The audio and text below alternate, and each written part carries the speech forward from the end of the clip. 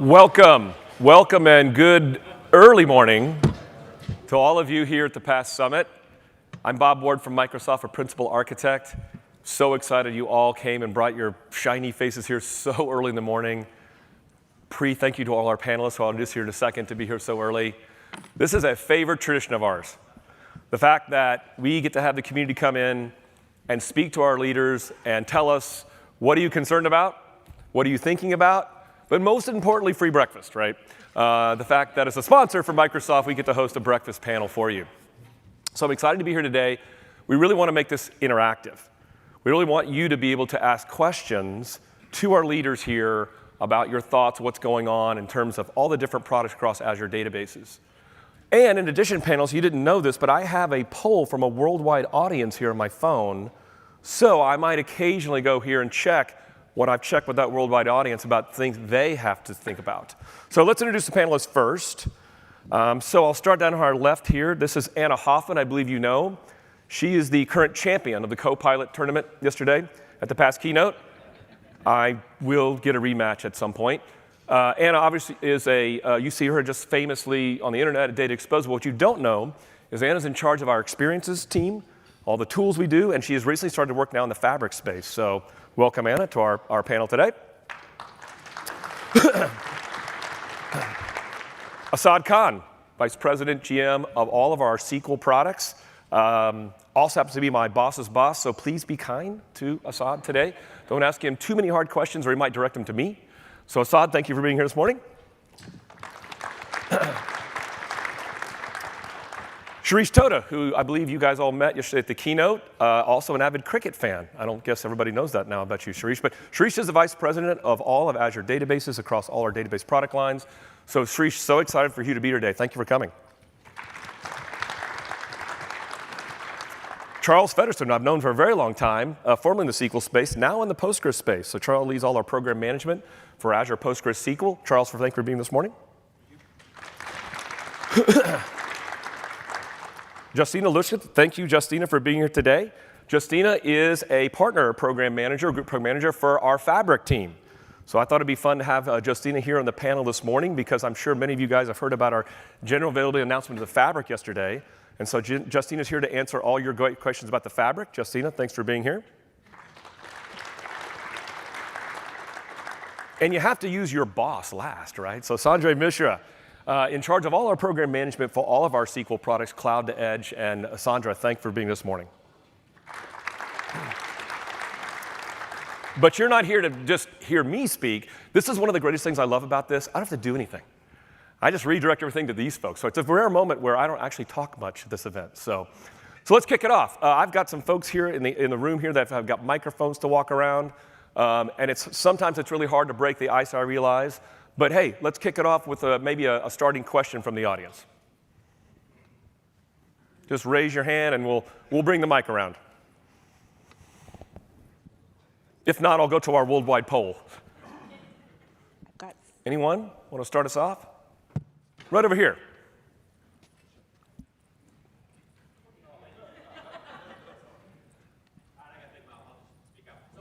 Yeah, we got a mic coming to you right now. I think everybody wants to hear you. All right, fair enough. Can you hear me okay? All right. Yeah.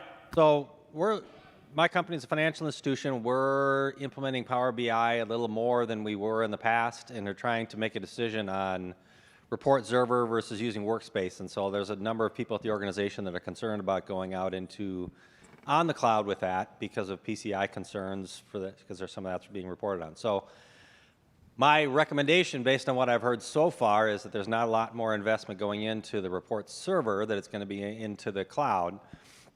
But because of our concerns with PCI, my initial thought is that we go to report server first and then maybe go into the cloud as we learn a little bit more. I just wanted to hear your thoughts on my perception of where I should be going and redirect me if you think I should be going a different direction. Poor Justina. Any BI question? Sorry, Justina, that's okay. Yeah, if you want to take a shot at that, go ahead. I think so. Hello? Okay. Yeah, you're good. All right. So yeah, disclaimer, I am from the Spark side, so I'll do my best to answer your Power BI questions. But I think you're right in the sense that a lot of the investment and a lot of what you're going to see is going to be going into the kind of Power BI and the cloud story. you can, we are trying to kind of bring these worlds a little bit closer together where like paginated reports can be like uploaded into your workspace as well. So you can kind of have more of these sorts of hybrid solutions. So you can reuse some of your existing investments. But we're still, of course, planning on maintaining and supporting and having some investment going into the kind of report service side, but most, you're going to see the majority of it going into the cloud solution. So I would say, start where you're comfortable, right? And then I would iterate and build from there. But if you're thinking kind of the longer term, where I would kind of encourage to convince like the company in terms of where's the longer term strategy, it would be definitely to start thinking more about the cloud side. And I think, just if I'm wrong, I mean, I've seen customers use like Power BI Report Server, which of course is kind of like a Power BI experience on premises, which comes with your SQL Server license. Are you guys looking at that a little bit as well? Okay, and it gives you more of a feel of Power BI a little bit, but it does work on premises. So, thank you, Jacina, appreciate it. Okay, next question. Right here. Olivia Cassandra, you're gonna get some steps in today, baby. Yeah, this morning. I work for the judiciary, and as you know, that's just a little bit of sensitive data floating around there, especially when it comes to juveniles and such. So they being the justices, very, very not so keen on moving to the cloud, period. And so we've been working, we being me and my director, have been working on trying to convince them that it'll be okay. Is there anything that you guys could provide us to say, yeah, it really is okay? Anybody want to take it's okay to move to the cloud question? Suresh, I told you, Suresh, though, when it was kind of a default mode is, the leader here, you might have to take some of these, so. Okay. You're good. Yeah, I think this is a question that we hear from a lot of our customers, and it's obviously something that never goes away. We have multiple solutions here. We basically have something like a journey for you to take instead of trying to go from one day on premises and the other day in cloud. You basically have a spectrum of choices, right? If you think about what's happening in cloud, let me start from the far right and I'll get to the left. We basically have a significant number of options. Let me focus on SQL today, and it applies to a lot of databases as well.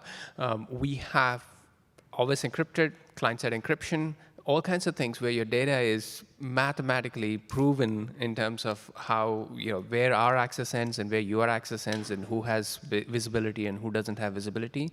I would love for you to go take it to your customers and basically show it to them how this data is secure, and it's cryptographically proven effectively. We've in fact announced just yesterday the general availability of always encrypted on VBS, enclaves, etc. Now, there are different kinds of such programs, of course, depending on your needs. There are lots of different programs like that. Always encrypted is my favorite, of course, and you can do client-side encryption and whatnot. Beyond that, the amount of compliance and the challenges that Azure has to go through to keep your data safe is enormous, right? All the way from SOC to HIPAA to FedRAMP, etc. Of course, we are one of the most compliant clouds out there.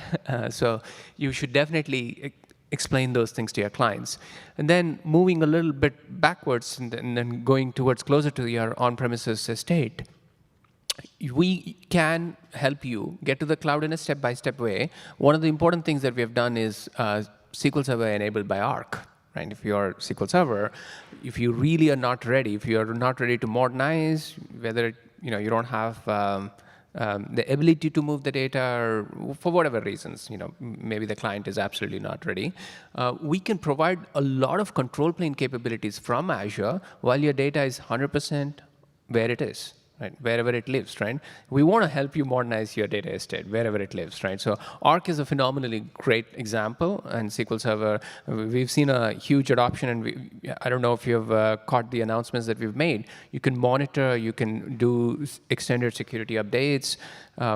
We are, in fact, enhancing our HADR posture in Arc, etc. So there's quite a lot of those options, right? Then, of course, in the middle, you could also do, I'll manage these VMs.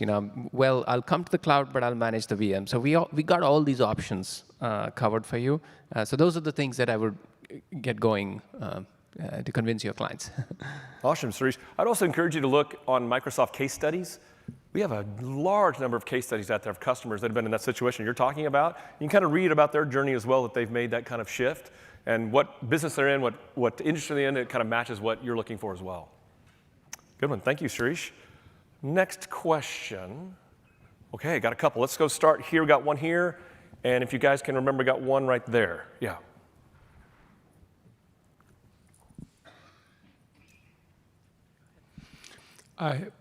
My name is Ildefonse.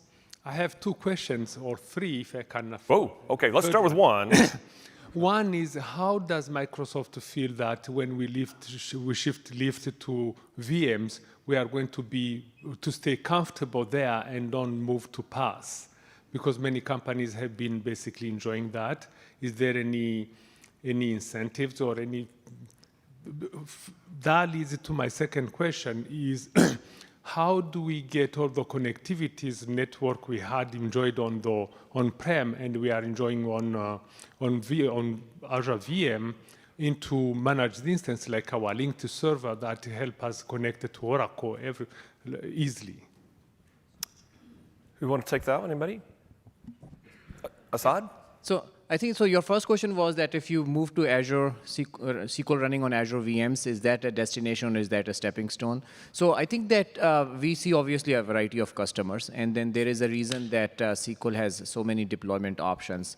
For us, we are heavily investing in ensuring that customers who run their SQL on Azure VMs find exactly what they are looking for, which means like reducing the manageability task, whether it is about backups, monitoring, providing the best up-to-date images that we keep in the gallery, ensuring that we do our own benchmarks on all the storage types that Azure introduces and the VM types that Azure introduces. So we see a large fleet of customers who are on VMs and they stay there and they're very happy, and that matches their company in terms of how they have managed their IT spend, in terms of they want to keep more control. Now, it is also important that there are customers who are in the lift and shift because they have to get out of a data center or something, and it's not just about the SQL, it's for the rest of their state as well. And they do a lift and shift and they land into the VMs and they ask us the question, how do I get to managed instance? How do I get to hyperscale and all of those? And that is where it is, we want to make sure that that journey is easy as well. But like, as I said, like today we have large customers, like all the way from SMB to Fortune 500s, which continue on VMs and they're super happy. And we keep track of the NPS, CSAT, and make sure that they exactly get what they're looking for. Your second question was, sorry, the connectivity one, yeah, I may not be the most expert. Like most of the time, when I talk to the customers, they create the dedicated VNet boundary between their on-prem and the cloud, and that is why in even managed instance, deploying in customer VNet was a key capability that we wanted to land, which is super hard to do in general for all the PaaS services, because PaaS service are normally goes the private link path, but deploying in a VNet is harder. So that is the thing, but maybe somebody else with more expertise in terms of setting up the right connectivity between the on-prem and the cloud can. Well, I'll add in there. So for managed instance, virtual networks are a preferred way to get connected, but we also offer private link now for managed instance. If you're concerned about security to connect into an instance, we offer what's called a private link. So you can even take your on-premises virtual network and connect it into a VNet in managed instance with a private connection that's not exposed to the public internet. So if you're concerned about those kind of things, we have all those options. The managed instance team has a great set of documentation about, hey, how to connect a managed instance. They've got all the options laid out for you. From Oracle to managed instance is your question? Yeah, so are you concerned about like a link server question, is that? You know what, the managed instance team is here this week. You should find them, because right now link servers for SQL is the only thing they support, but they'd probably like that feedback from you. So check them out in the booth. They can talk to you there. So before I go to your next question, I've got a worldwide poll question that just came up real quick, and it's for you, Charles. Charles, Postgres has shown up here at this past summit now a little bit more than in the past. And so the question is, how do you see Azure Postgres competing with other cloud Postgres services like Aurora? Yeah, it's a good question. So I think, when we look at where we're investing in Postgres and the priorities that we have for Postgres in Azure, this year and into early next year as well, it's all about just nailing what we think of as fundamentals, being super performant, having all of the security checkboxes ticked, and I think, as Asad mentioned, giving customers the best possible experience that they expect on a Postgres platform running in the cloud. The interesting thing, actually, that's Postgres, I think, has got very popular for in the last year has been the vector capabilities and AI. That's where you see a lot of headlines, and it's a number of things that we announced this week. Specifically on the question of competing, look, Postgres is an open source database. Whether you run it in Azure or you run it in other clouds, fundamentally the engine remains the same. That's the way that the database is built. What we're focused on is creating the differentiation around the rest of the capability of the ecosystem that we can plug into Azure.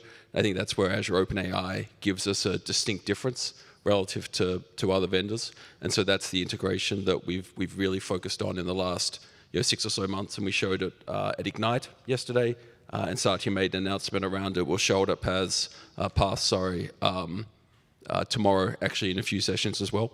So I think that's where the real competitive difference is today. But no one stands still in this game, and I think it's very healthy and great for customers that we're all pushing each other to innovate more on Postgres. So you have a session tomorrow, you said? We have two, actually. I have a theater session tomorrow morning where I'll show the AI capability specifically, and then I have a 75-minute breakout mid-afternoon where we'll look across the board at everything that we did in Postgres for this conference, which includes Private Link, which you just mentioned, the new SSDs that we did, which are about 4.5 times faster than the existing SSDs that we had and hyper-competitive in the market, and of course the AI capabilities as well. Sweet. Thanks, Charles. Okay, back to the audience here, I think right there.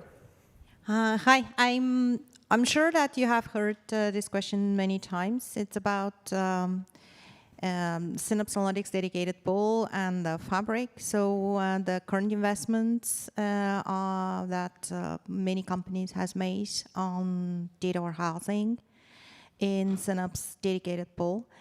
I saw yesterday that there is a response from you guys with a migration tool, but I think that it's not the problem is not with the schema, because you can actually recreate a database and you can even load data somehow. But the problem comes with a huge investments in data pipelines, development efforts of the ETL. Made for loading data warehouses in Synapse. So my question is, how do you plan to address that? Because there was ideas of building a link or let's say a shortcut in the Fabric terms to the dedicated pool, but the links work based on a CDC, which we don't see as an option for a data warehouse. So what's the plan there? How do we respond to the community? That was a lot. Okay. Did you get most of that? Yeah. I'll try and tackle that.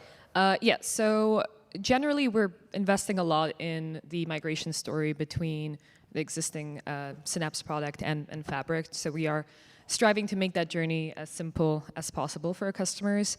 With Ignite, with the announcement of GA, we've also published a number of migration white papers, some scripts that you can start running. And alongside that, we're also investing in just in-product migration experiences. So those aren't out yet. They're going to be being worked on now, and we're going to start seeing them light up in the next calendar year. And the migration story is going to be focused kind of across the board. So it's not just on the dedicated pools. It is also on things like your pipelines, also on things like your Spark pools. So there will definitely be things that will be lit up from things like your data factory pipeline, Synapse pipelines, in terms of being able to move those into Fabric as well. So it is going to be more extensive than just the dedicated pools. And as you said, right now, what you can start doing is, if your data is already in a data lake, you can start building shortcuts to automatically light that up in Fabric. We also just announced the new mirroring capabilities. So as you mentioned, you can tap into that CDC feed. That's going to be coming out a little bit later. It's not available yet for this more like database style movements. But there is going to be a whole effort of just purely dedicated to the migration from Synapse to Fabric. That is going to be lighting up later this year, or next year, sorry. So a little bit of patience, I guess. I know that we want to support our customers as quickly as we can with this, but there is a lot of thought and investment going into making that story as seamless as possible. Anything you guys want to add to the panel about just the future that you see in terms of Azure databases in Fabric? Well, as Justina was alluding to, the fact that Fabric is moving from analytics estate to becoming a complete data estate, and that wouldn't happen without operational databases, right? So there's obviously a moment of, if you think about the modern data stack, the data typically is born in the operational data space, and then it has to go through the insights, analytics, queries, storage, and then ends up with visualization. Sometimes you reverse ETL it back to the operational databases. So we are very aware of that link and trying to seamlessly bring operational databases into that entire estate so that you really can build the whole thing, right? It's not just about analytics. And we've just announced mirroring yesterday for SQL Server and Cosmos DB, SQL DB and Cosmos DB, sorry. And so obviously we're going to continue on that. We're going to continue on that journey. There's a whole lot of excitement and a lot of work in this space. You will hear quite a lot of announcements in the near future. Awesome. Thanks, Shirish. I think right here. Okay, gotcha. So as far as Azure Government Cloud, that's still a thing you guys are supporting, I believe. Yes. So my question is, I work for a software company for justice division, so prosecutors' offices and like state municipality things. My question is, even though we're the ones that are hosting the environment, we are hosting kind of government agency information, would we be eligible to participate in leveraging Azure Government, or is it restricted only to the Department of Justice, the Department of Revenue, things like that?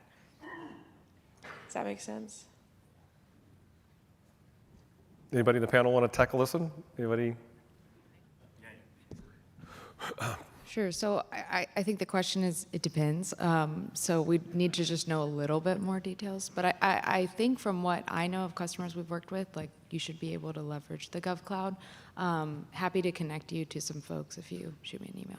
Okay. Yeah, connect with Anna maybe afterwards, and we'll get you some information. Thank you. Right there first, and then we'll come here. Yeah, right there. Yeah. Hello, my name is Alex Greenberg. I'm consultant for SQL Server. One of my clients, actually, they delegated this question. We obligated by DHS, Domestic Homeland Security, to log all instance activities on instances that have specialties, let me put it this way. So, practically speaking, task is relatively easy. I got involved because XML knowledge. DDL trigger and extended event. Now the issue. DDL trigger have limitation and conflict with in-memory optimized tables, right? Okay. So is any possibility to get around, or maybe it's a recommendation, go back and look deeply how we could log any activities to database. So it's an extensive auditing question. Yeah, right. Okay. Any changes, altered, drop, created. So maybe any CU in the near future that allows to go over this limitation. Of DDL triggers on Yes, memory optimized DDL triggers on a database with in-memory optimized TP. tables. Okay. For regular databases, no issue. That's a relatively simple task, especially for who knows XML. It's a piece of cake. Okay. But limitations stop us a lot. Anybody? Sanjay? This is a very specific question. So actually, I would love to meet you at the booth and whiteboard some potential solutions for you. There are some dependencies. Of course, we are very aware of the specific dependency that you're talking about. I would love to know your speed, feed, all the dependent workflows, and try to find a solution for you. So please, let's meet at the booth.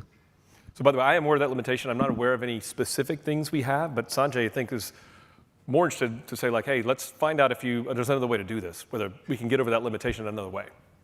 So please connect with him. Let's solve the problem for you. Yeah, of course. Let's see. I had this one first, if that's okay, and then we'll come back right there. But Olivia's got it. Let's take it there.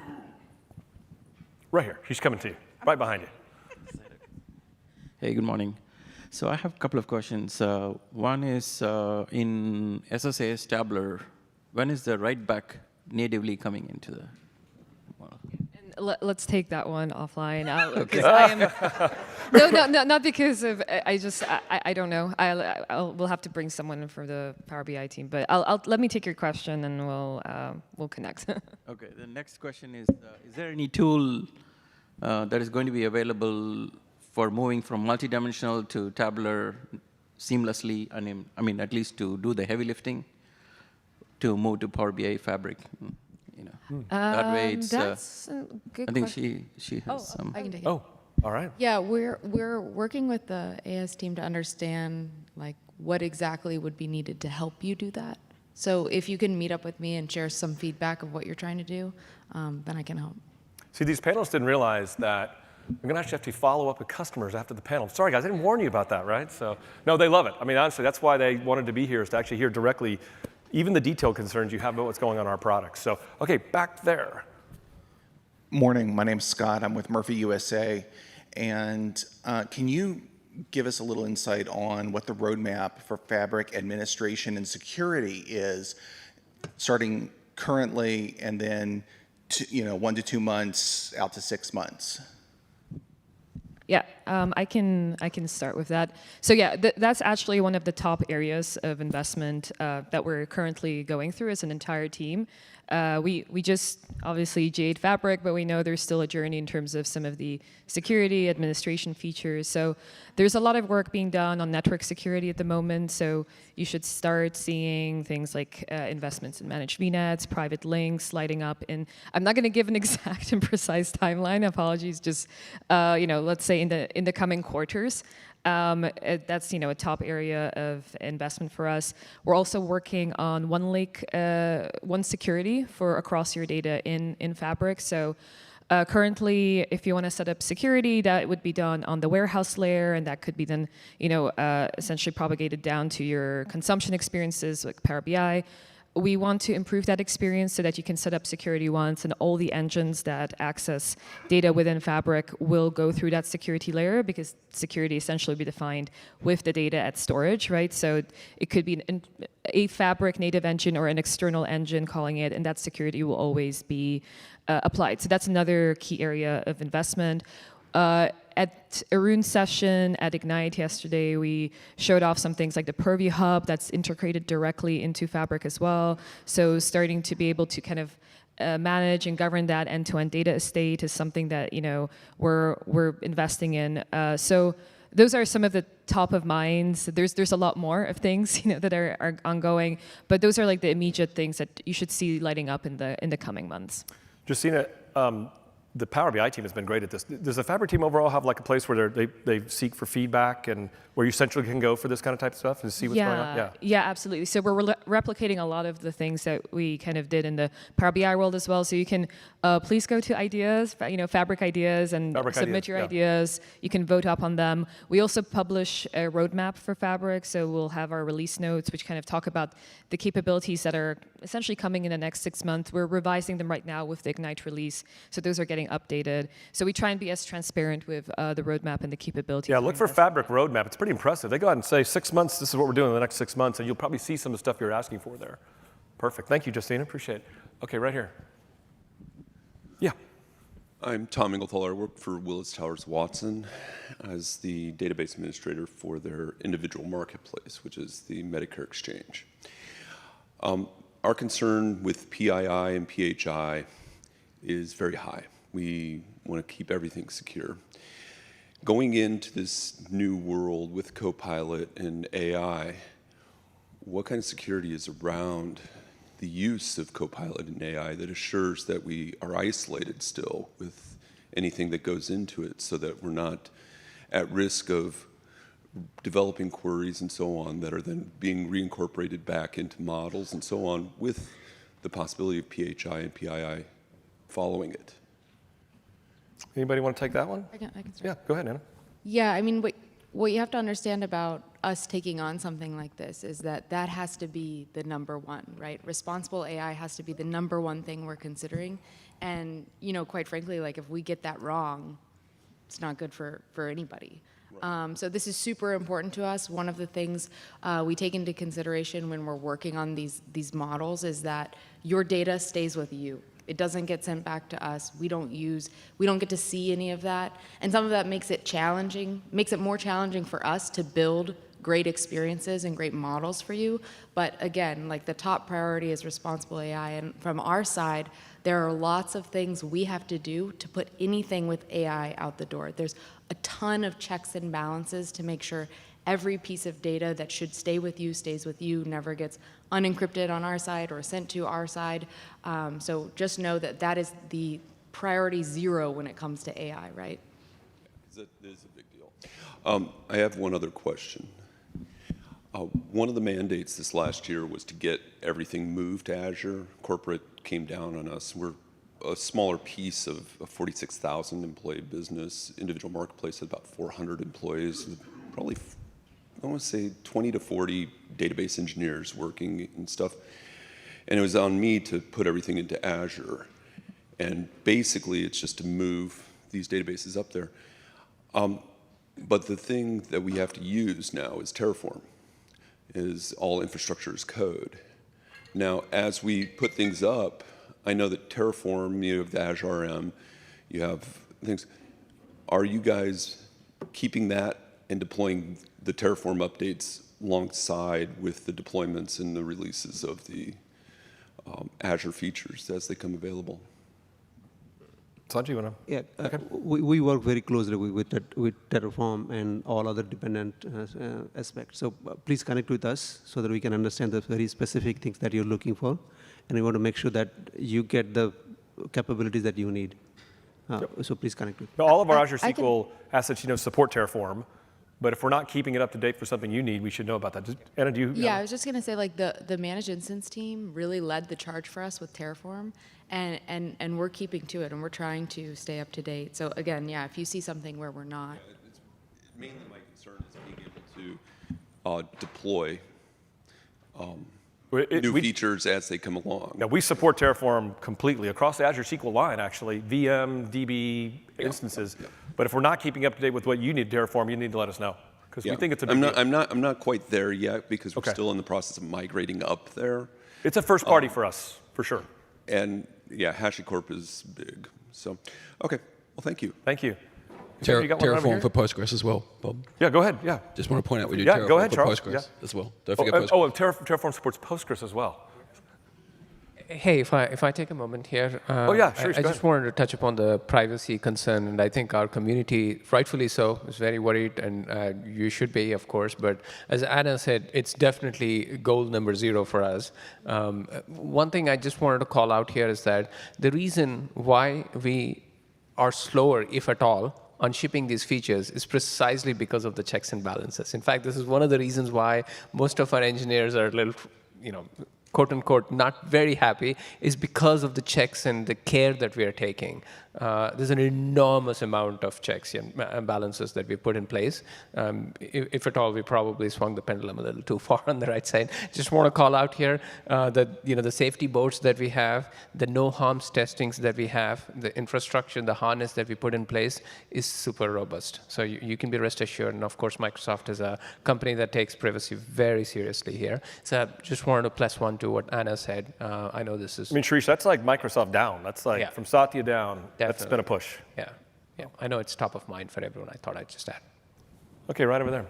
Hi, yeah, I've got a question. I think it's for Justina again, I'm afraid, but it's hopefully on your field of influence. So we're building a clinical data lake that has kind of millions of retinal scans with a combination of Synapse Analytics, Power BI, Azure Machine Learning. I'm very excited about where Fabric is going. It's pulling all this together into one place. But the machine learning piece seems a little bit behind, particularly in terms of GPU inference in clusters. Do you see GPU kind of clusters coming in the future? Yeah, thanks for the question. So yes, we do want to bring, we're still investing a ton in our machine learning capabilities within Fabric, so you're going to see a lot of capabilities lighting up there. GPUs was actually something I was just talking about with the team this week, because the great news is, we're finally seeing GPU availability again. They've been in super high demand because of course, all the, Copilot investments going on. So it hasn't been a matter of, hey, we don't want to light up GPUs. It's just we have no GPUs to use for the ML workloads. But I don't have a timeline that I can share at this point, but it is something that we're now starting to look at and seeing if we can bring that in. We also have capabilities like model endpoints that we're going to be bringing into Fabric over time. More investments, let's say, on the AutoML side. So you're going to see a lot of data science capabilities lighting up. But yeah, that is on our roadmap. It's just I don't have a precise timeline to share on the GPU front yet. Thank you. I have voted as well on the. Great. Okay, you voted. There's only 3 votes for. Okay, they're good. So vote for GPUs. So you're telling everybody to vote? Is that what you're saying? Absolutely. Yeah, there you go. All right, we'll take a look out for that. Thanks. Thank you, Justina. Hi, my name is Nicole Moon. I'm with Taylor Morrison, a home building company. My question is, for organizations that are hesitant or don't migrate to the cloud, do you foresee in the future on-prem being not supported or pretty much outdated at some point? So we absolutely see the scenario where even in the long term, there will be companies who will choose to have their data state on-prem for multiple reasons. It might be a personal preference because that's how they choose to operate, or because that is their primary region and the secondary is the cloud, or there it is the secondary and primary is the cloud, or it could be the compliance and in the area they work in, or it could be like on a factory floor where the data has to be closer to where the production is happening. So and that is where at least the strength of the SQL comes in, because obviously we started there, so we exactly know what it means to serve those customers. And our intent is not to give up on that strength. Our intent is to actually double down on that one. So you can expect new features coming. If you look at one of the key investment that SQL did early in the cycle, which is still paying off in a good way, is that it is the same code and the same literally code branch where we check in. And that feature, when it lands in the cloud, it is also available when the next cycle comes in to ship it on-prem. Outside of the engine, obviously there are differences in terms of how we do serverless and other things, but in the core engine, you will not see a single example where we shipped something in the cloud and it did not land on-prem. So that is how seriously we take the level of consistency and the investments that we want to do. To your other question, or my other scenario, which is more of the hybrid one, we are seeing that on the rise, where like customers are like, it's not just about the SQL engine. You are doing investments in so many other areas, like whether it is Microsoft Defender, or whether it is Purview, or it is Synapse Link. So just keeping the engine consistent is not going to help. That's where we started to invest so much heavily on the Arc side, because Arc is like the highway to the cloud. Once you connect, we will not pull your data. Your data stays on-prem, highly governed, secured, but now you can tap into any of the services which we ship in the cloud and use it on-prem. And you can do hybrid scenarios, you can buy cloud services, you can use Microsoft Defender and all of that. So that is the world we see in, and we are actually a big believer in that, and we believe that that is Microsoft's strength, is because we started there. So we exactly know what it takes to be successful in this hybrid environment. Awesome. Thank you, Hassan. Yeah, right here. My question is on Fabric. To give some context, I'm on the Power BI admin and governance team, so now Fabric admin. One of our biggest concern used to be how to charge team based on usage. because our teams are like client-based, they work with different clients, so we want to charge them based on the client usage. With Fabric, now that compute and storage is being introduced, so we do want to charge based on usage. Will we have that flexibility? Because with Premium, there was one blanket price, and the enterprise absorbed it. But now that there is compute storage, we need the flexibility or the option to charge based on how each team is using it. Yeah, that's a good question. And I mean, what you're going to see is the model for Fabric charging is going to be very, it's built essentially an evolution of Premium, of what you see with Power BI Premium today. So it's going to be very similar in terms of the way that Premium works. So instead of just having the Power BI workload as one of your Premium workloads, you're now going to see all the other like data engineering, data science workloads also essentially leveraging the same capacity model. I think storage is the exception where you can, you will get, I believe with the P SKUs, some built-in storage, and with F SKUs, you essentially can attach your Azure subscription. But in terms of like the specifics of, hey, like how would I charge per usage, I think it would probably be best if we connect offline and connect with the team that does the billing work, and to see if your scenario would be supported. If not, is there a gap that we have to consider? Because it's going to be very similar to what essentially you see today in terms of the Power BI Premium model, essentially. So if there's a gap, I think it would be good to kind of connect and see what we could do. Thank you for your question. Thanks, Justine. Yeah, right there. Morning. My question is, are there any plans to connect Fabric and Arc? Ooh, yeah, who wants to take that one?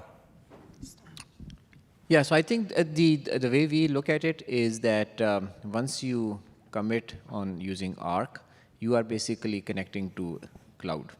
And in the cloud, we will ensure that, and some of that you even saw it with the Synapse link, where you can easily land the data.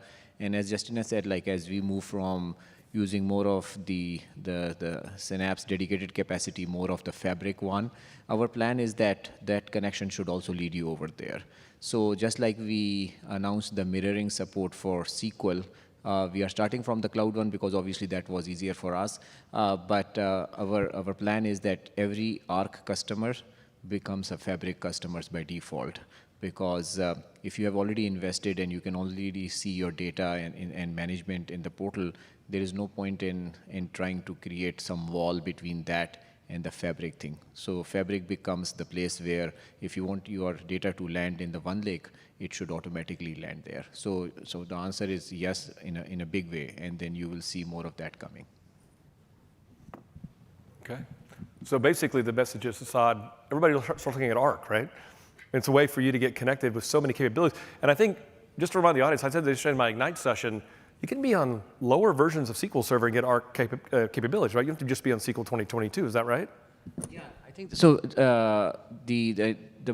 The biggest advantage with the Arc is that this is not related to any latest version of SQL, or you don't have to upgrade. We support Arc on all the versions of SQL which are with mainstream support, and all SKUs, whether you are enterprise, you are standard, you are express, so it goes all across. So and even in our own usage telemetry, we see customers using all versions, and actually we were seeing a lot of spike even in the usage of earlier versions, and I was talking to those customers and they were like, yeah, we are using Arc for ESU, the extended support, because that is the best way. I don't have to go to some download page and figure it out. Now I'm using that. So this has become a super good medium for us to deliver the latest capabilities to the customers, whether it is end of support, extended support, whether it is the newer features like Fabric integration. So that is why you are seeing so much of us talking about Arc, because the more customer we talk, they are like, yep, this is the right thing. This is the right balance. Because if you ask us to replat, you ask us to go to a different platform, containers and all of that, that is good. But this is the right bar. I do a little bit and I get a lot of return on my investment. So that's why you are seeing us doubling down on this effort. Olivia, way over here in the corner there. Thank you, Assad, for that. Hi, I'm Rod. I wear a couple hats. So the data warehouse and the CRM, and I built, virtual entities to connect it. And I got a lot of help from a lot of Microsoft people, very smart, very helpful. But it's almost like they're two different worlds. And when the connection is slower, when there's issues, you know, you get a lot of this, right? And I view all that data as one big thing because we want to get to our customers. And copying the data, and I just, is there a plan to unify that more? And then on top of that, you know, I don't have time to become a data scientist, but I would love a tool that just sits right on top of both, figures out what tables, what rows I need to have my tests and models, and just does it. It's a loaded question. Anybody want to try to tackle this one? Maybe multiple people from the panel are going to tackle this. We'll see. What do you guys think? Well, let me get started. First off, Sharish, first off. Yeah, if others want to chime in, please. I think we want to acknowledge the problem here, right? Definitely there are different areas, and there's expertise in each area, and you basically have a little bit of a challenge on the edges. So in some sense, this is the reason why we have the solution, technical solution experts, account experts, etc. So we definitely want to talk about your experience and learn from that, and so certainly interested in learning about the disparity between the support that you got from the analytics side, CRM side, dynamic side, etc. So certainly want to catch up on that offline. Maybe there is a specific feedback that we would love to get better at. I think the thing about the data being across the board and basically having to deal with gathering insights from different kinds of data, and that's really the core vision of Fabric in some sense, right? So when you think about how we are trying to bring all pieces into one central place, in lake first tooling with one lake, of course, and open formats and all, this is the world that you would see us sort of expanding into further and further. You've heard a lot about analytics. You're starting to hear about databases. Asa talked about Arc. We're going to continue on that journey quite a bit. And of course, anything wherever there is data in Microsoft Estate, we want to create that one place so you don't have to have this exact kind of experiences and the mismatch. Now, of course, compute runtimes are different. They are different for a good reason. And how do we make sure that they don't have these kinds of silos? It's an evolution. So we're definitely learning from that, and would love to connect with you offline, and perhaps there's some good feedback that we could improve on. So thank you. Love to connect offline. Yeah, I would just add on the machine learning piece. So you're going to see, Copilot experiences rolling out across all of Fabric, where we announced the public preview of that starting basically this week. The first, I think, iteration of these Copilots is really going to be about increasing your productivity within a particular experience. So like, how are you more productive in building out a data flow and offloading a bunch of that to Copilot, right? Or your notebook, or building a Power BI report. But over time, we definitely want to broaden that and think about, hey, how can Copilot help you with, let's say, searching your data, identifying the right, data sets, and essentially solving problems more holistically across the data state versus experiences that are just siloed within a particular item experience. So I think we want to get to that vision you're describing, but it'll probably be a couple of click stops later versus, from day one, basically. Thank you. Thanks for those answers, panel. I think right over here. Yeah. This is probably going to have to be something we'll take offline, I presume. I'm not going to expect an answer for this because it is very specific. We have 77 counties that we support in the judiciary with no cross-county visibility, which is just lovely. And the project I'm working on is what I call an alias project, or with a master person repository that I'm using. And the scenario basically is individual has outstanding court costs in Oklahoma County, but goes to get something done elsewhere so they can avoid it, and they give a slightly different version of their name and may give a friend's address in that particular county or whatever, and then it's entered into the court system as that completely separate person, and the Oklahoma County folks will never know what happened. So the idea is obviously to come up with something like fuzzy search, fuzzy logic that will kind of prompt the court clerk when this individual comes in after checking whatever criteria to see which matches, and then alerts them that this individual has outstanding debt from a different county. So that's the thought process. My brain hurts, but the idea is I'm assuming there's somebody I could probably talk to that could kind of get me focused or refocused on that. Anybody want to try to start that? Absolutely. I think these are the kinds of problems that we would love to whiteboard, right? Yeah. As Sanjay was talking about earlier. I think this is not unique. You know, when you have basically what we call as multi-tenant solutions effectively, and they want to have analytics connecting between these tenants, right? You have these counties which have their own so-called databases or tables or however you are sharding them effectively, logically. So we have many solutions for that. And if you are, I'm assuming this is SQL, and we've definitely solved these kinds of problems. Why don't we connect again, you know, as you said, offline, and whiteboard this. There are experts specifically for this, and we can connect you. I will tell you that our team is here at the booth. And if you've been down there, there's like big whiteboards that they've got down there. Go down there and talk to those folks. I promise you they'll whiteboard it out for you. They'll give you solutions. Have you been down there yet? Or look at that, you've got a piece of paper. You can just show it to them, right? No, seriously, go down to the booth. That's the reason why we kind of built it down there. It's the reason we brought in a lot of our team all over the country, all over the world, actually. So please go down to the booth and chat with them. Next, we got one over here. Thank you. Yes, so at my company, we're in the process of implementing Power BI. We love its capabilities so far. But the issue that we're having is it's a little bit tough to get some of our questions about configuration and licensing answered. And understand that I could find it all online, but I hate to dig through the documentation if there is somebody from Microsoft's end that could help us out.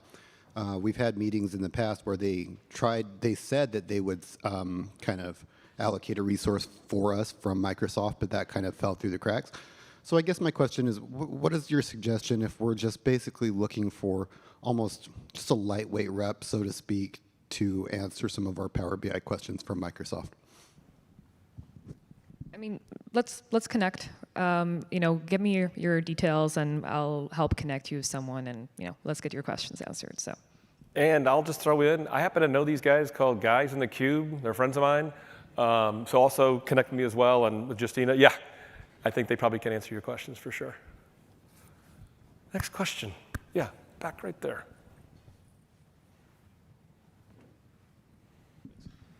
Hi, is there any consideration, or I haven't seen or heard of it for Fabric, because it's all within your current domain, within your business? Is there any possibility of opening that up for like OAuth or our external customers being able to get into our Fabric environment to look at different data lakes and things that we set up for them? Because right now it's all internal to our business, but our customers want to see that data as well, want to see those things we built for them without redistributing 1,000 different times. Is that a consideration or even an option today? Yeah, absolutely. So, you know, we started in terms of making sure, you know, everything worked for you within your tenant, within your internal company, but B2B sharing, ISV models of being able to have like an embedded experience, let's say in your own app that others can access, are some of the top of minds for the team. So you should see, again, I don't want to commit to any specific timelines, but over the coming year, you should see experiences lighting up both of, hey, I want to, let's say, build an app that is my own portal that has, you know, my own authentication, and someone can come in and then access the data, or even some maybe embedded experiences. Like we already have Power BI embedded reports. You'll over time see things like embedded notebooks, let's say, lighting up, or just accessing, you know, underlying things like the data and so on through my own portal. Or, hey, I have my own tenant and I want someone to, let's say, be able to access you know, a workspace within there, and I want to invite them to my tenant. So both of those things are things that are on the roadmap that we're working towards. Thank you. Awesome. Next question. Oh, right here.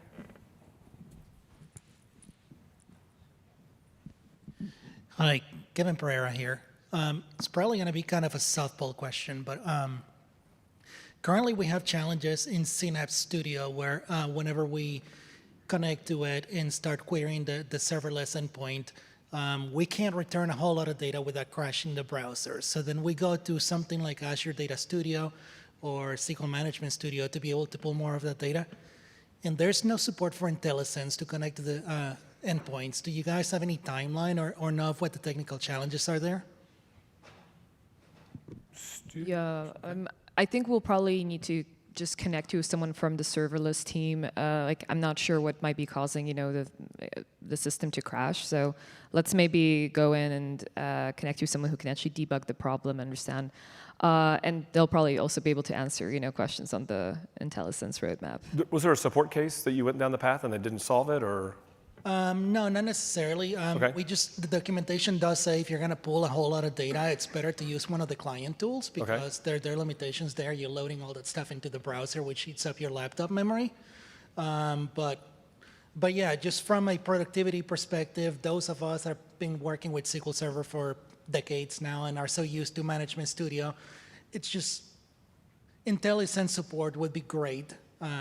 So is your question more about, like, do you want more Management Studio or Azure Data Studio support for serverless? Is that kind of what you're asking? Yes, yeah. Oh, okay. Anna, do you want to?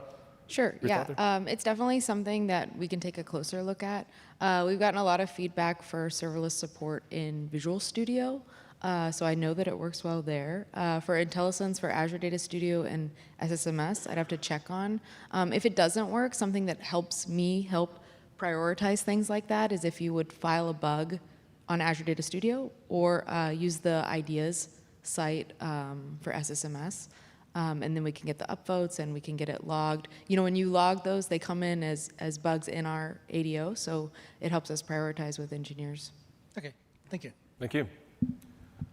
Next question, right there, Cassandra, back there.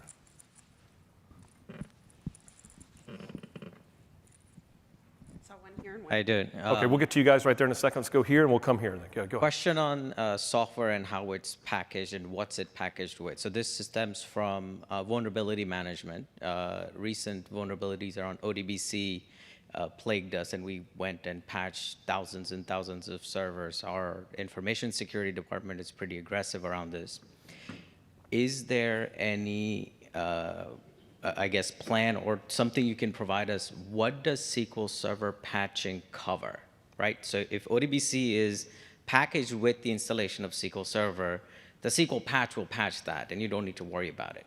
But is there a graph of what's included with SQL that Microsoft takes responsibility for patching on a VM? Because your partner systems like Flexera that provides this kind of patching information to our ISD department, they have no clue what comes with it.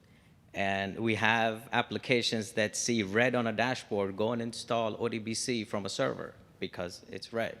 Guess what? SQL agent won't start. So how do we close that gap to say, let's announce a list of libraries that are included with SQL Engine and then provide that information back to customers saying, this shipped with the product, don't touch it, we got this. Patching on SQL overall? Yeah, in general, like you said, if it ships in the box, it'll come out with the patches. Otherwise, it won't. But you're saying you want the clarity. So I can definitely take the feedback back to the team of we need to deliver the clarity because we do get customers asking hey, we saw this. Are we good? Is it supported? Are you going to fix it? So my team is doing before and after snapshots. We take a blank VM, nothing on it, make a list of 3 different ways. We look at WMI, the registry, and add remove programs. And then post-install, we make a list, and that's what we provide as an override to ISD saying, listen, anything new that showed up, don't worry about it. We'll take care of it. But we have to do a better job from Microsoft's side to give us that information to say, in your libraries, this is covered, don't worry about it. Got it. Not just SQL, though. No, I get it. But things that kind of bundle with the product, but they're not SQL itself. Yeah. Okay. We got a couple right here. There'll be kind of our final questions right here up front. Yeah. Okay, so a couple months ago, I started playing with Fabric, and I decided to throw a 10 gig file into a Fabric copy activity. Took 20 plus hours to extract it. Try to turn up the knobs, it automatically reset back down to the lowest settings. Ticket's been open for 2-3 months. Can we get some movement on that? Is it going to improve? Yeah. So 20 hours is not going to cut it. I had to increase the timeout because it died at 12 hours, So. Okay, so I would say, we've been, when we released public preview, there were a lot of issues, and the team has been working super hard to improve performance across the board, ship new features, new capabilities. What you're going to see with Fabric is things ship, improvements ship every week, right? We have a roll-up blog that brings everything in. I tried it yesterday. It took yesterday. 3 Okay. hours. Then in that case, let's connect and let's see if this is something that's a bug that we need to go and resolve. Let's look into it. For sure. Okay, thanks. Okay. I think one more question was right here. Yeah. Hi, my name is Ryan Hellring from Activision Blizzard, and my question was in relation to SQL Server. And has there been any thought into providing more flexibility for horizontal scalability and automatic sharding of data across a multi-server environment? Let's whiteboard it. I'll solve your problem. Thank you. Go ahead, Shirish. Yeah, I mean, I think this whole debate about sharding horizontally versus how we think about shared data is a debate that goes on forever, right? When we did Socrates SQL hyperscale, we basically went with the route of making sure that the entirety, the 100% of surface area is preserved, right, to the extent that we are compatible with SQL DB.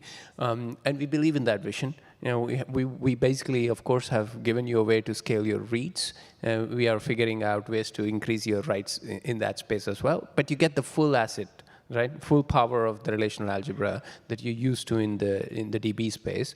When you do shared nothing, you basically have a challenge in the sense that you'd have to trade off some of these characteristics.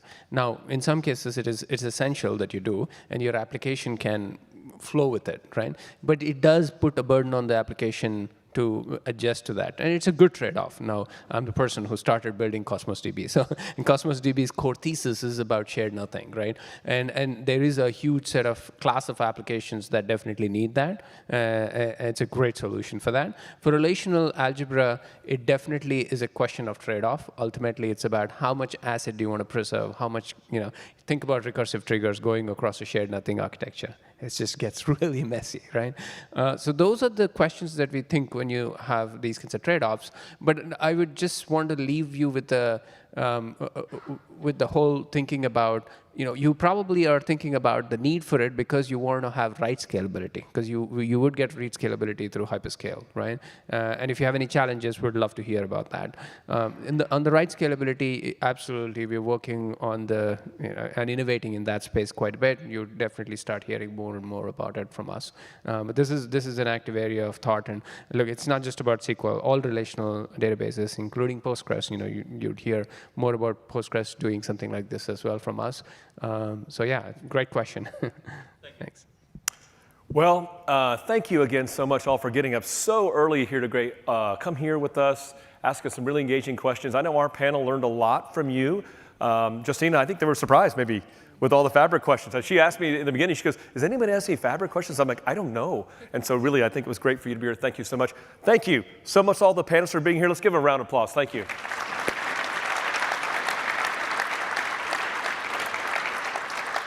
So we will be here afterwards to kind of meet and still talk to you and greet with you. I hope you enjoy the rest of the day here at the Past Summit. Thank you very much.